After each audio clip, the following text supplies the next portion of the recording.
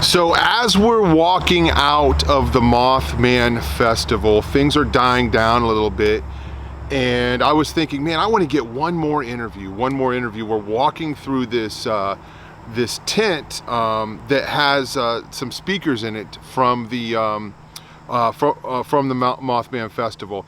And I saw a guy that was sitting by himself, and when we walked in, this tent was packed out and you couldn't get near it. But I saw a guy and I was like, man, this guy looks important.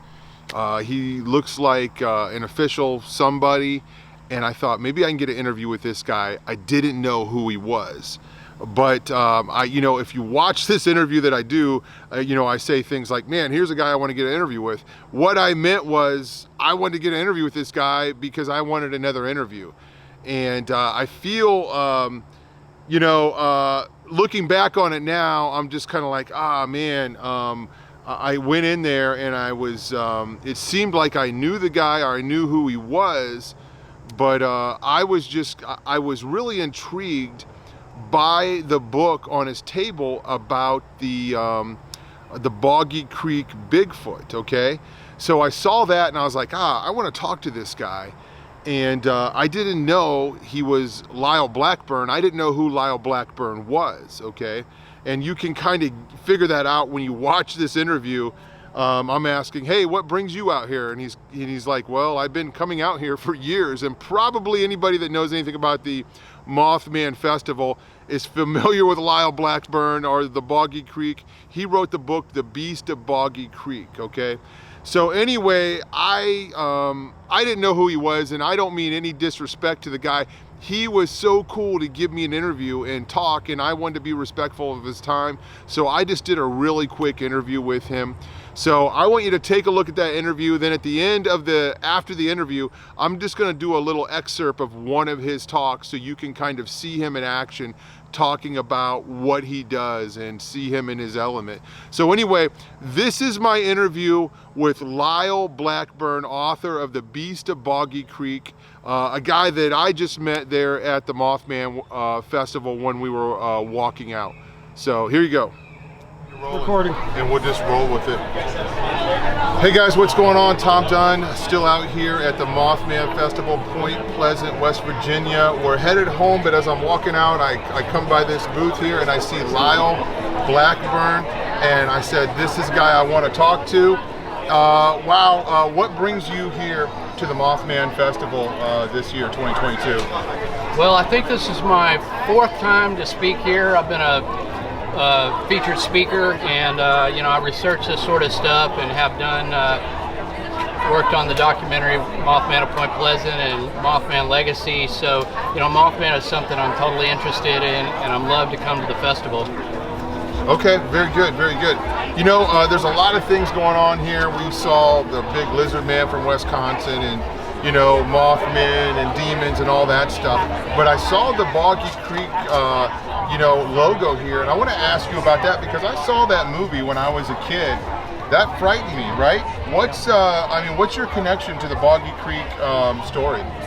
Well, like you, I saw that when I was a kid, and it really scared me because I live in Texas, and where that is in Fouke, Arkansas is only about 3 hours from where I live. So, it was really like the scariest of Bigfoots and one that lived close to me. So as I began to research this stuff and write books, that was kind of the first thing I did. I wrote a book called The Beast of Boggy Creek, which came out more than 10 years ago. And just exploring the history of that, the sightings of the creature and the making of the movie. So since then, like all this stuff, Bigfoot and everything has gotten bigger, so I just kind of continued the research into Boggy Creek because it was a popular thing because of the movie. Right.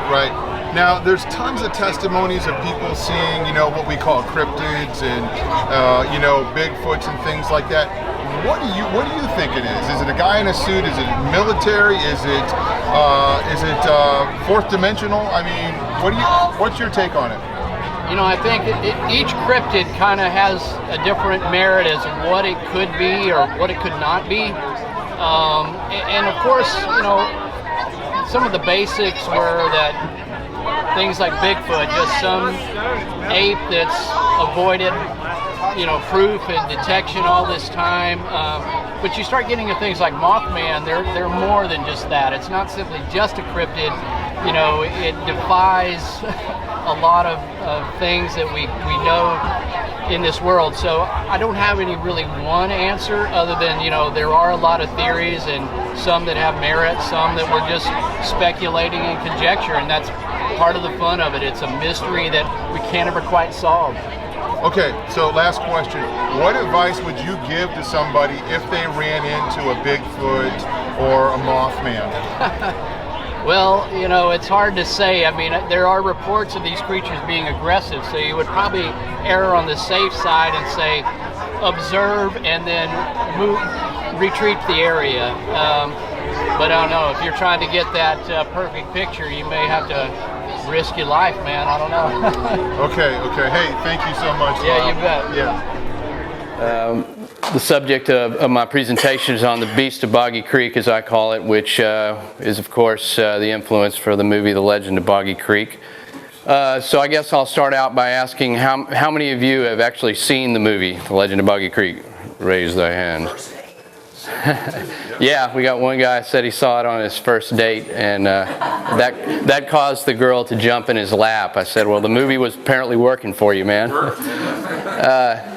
But this movie, it was released in 1972, and whatever memories you have of it, or if you've never seen it, the movie may be rather cheesy by today's standards, but this movie was highly influential to many cryptozoologists today. Some of the prominent researchers and authors, Lauren Coleman, for example, who have been researching unexplained phenomenon and Bigfoot type creatures, cite this movie as a huge influence on what they do. And that's the case when you talk to many people, specifically, a lot of times in the Bigfoot research areas, but, anybody who's interested in unexplained things. They paid a lot of money for a low budget production, I understand. That's true, yeah, and we'll get into that here. And that's one of the fascinating things, because not only do you have the history of the creature, which is a local phenomenon because it's just up across the border in Arkansas, but how the movie was made, and that just was interesting unto itself, how it was done in the early 70s, and as well the social phenomenon of what happened to the little town of Fouke, Arkansas, once, now they have this famous legend associated with their little town. So just a little bit of back history about myself. I became interested in the subjects of cryptids and UFOs and ghosts and the whole thing ever since I was young. I loved horror movies and monsters, and I read all the old books, Strange But True, and here's a couple of cool old